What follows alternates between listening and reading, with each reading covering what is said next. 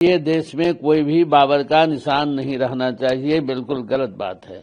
इसका तो हम लोग पुरजोर विरोध करेंगे और कहीं भी हम बाबरी मस्जिद नहीं बनने देंगे, ये निश्चित बात है।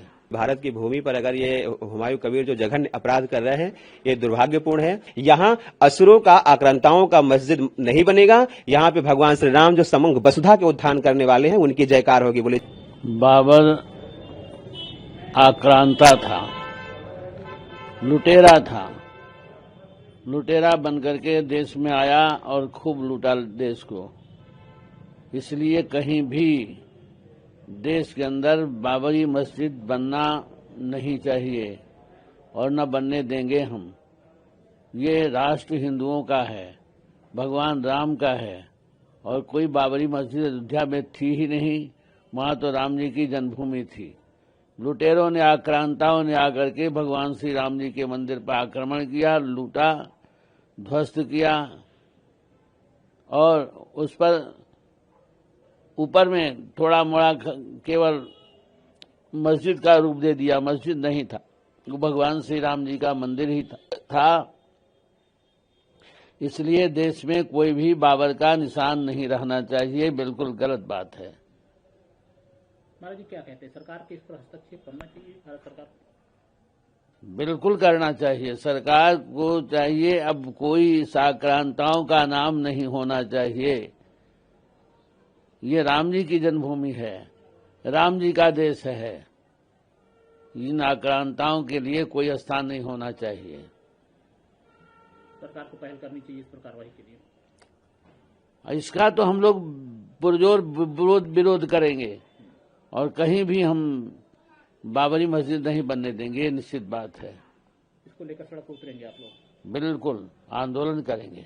देखिए, ये बहुत दुर्भाग्यपूर्ण है। अयोध्या भगवान श्री राम जी की जन्मभूमि है और ये सर्वविदित है। हमारे जितने भी पुराण हैं, जितने भी वेद हैं, सब में उनकी महिमा गाई जाती है। और ये तो बाबर हमारे यहाँ जो आया, वो एक लुटेरा था, एक आक्रांता था। उन्होंने केवल भारत में आकर के लूट की, अत्याचार की और अत्याचारियों का ना तो कोई इतिहास होता है, ना उसे कहीं संरक्षण दी जानी चाहिए। ये भारत की भूमि पर अगर ये हुमायूं कबीर जो जघन्य अपराध कर रहे हैं, ये दुर्भाग्यपूर्ण है। और मैं ये बताऊंगा कि अयोध्या जो है, ये भगवान श्री राम की जन्मभूमि है, समस्त भारत के सनातनियों के हृदय स्थली है, समस्त वसुधा के सनातन की प्राण स्थली है। और आप एक बात बताइए कि जिस राम जन्मभूमि के लिए हमारे पूर्वजों ने 500 वर्षों की तपस्या करके और उस भूमि को जीवंत रखा है, 500 वर्षों में आप जब समझिए कि 2-4 दिन में घर के परिवेश बदल जाते हैं और 500 वर्षों तक जिन पूर्वजों ने हमारी प्राणस्थली को बचा करके रखा है, और आप इतिहास उठा करके देखेंगे तो आज अभी मैंने स्वयं श्री रामचरितमानस पे मैंने शोध किया है और भगवान श्री राम जी के 119 पीढ़ियों का वर्णन किया है।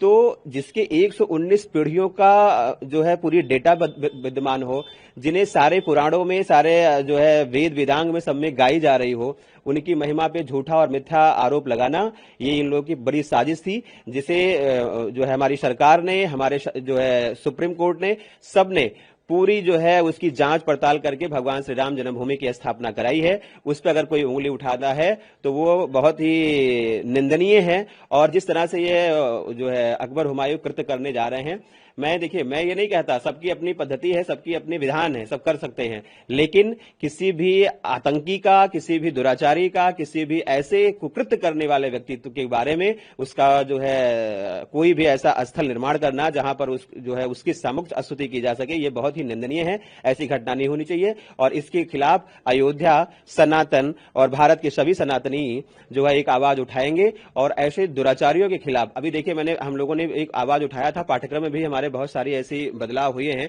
जिन्हें इन लोगों ने अकबर महान बता दिया, जिन्हें इन्होंने बाबर का एक बड़ा ढांचा दिखा दिया। इन सबको आक्रांता घोषित करके अब जो हमारी इतिहास, जो हमारी शैक्षिक परंपराओं में विखंडनता थी, उसे अब हम लोग सही धारा में लाने की कोशिश में हैं, क्योंकि अब भारत 21वीं सदी का भारत, सनातन का भारत है और सनातनी जागृत होकर के राष्ट्र के उन्नयन के लिए काम करने के लिए निकल पड़ा है। यहाँ असुरों का, आक्रांताओं का मस्जिद नहीं बनेगा। यहाँ पे भगवान श्री राम जो समग्र वसुधा के उत्थान करने वाले हैं, उनकी जयकार होगी। बोले जय श्री राम।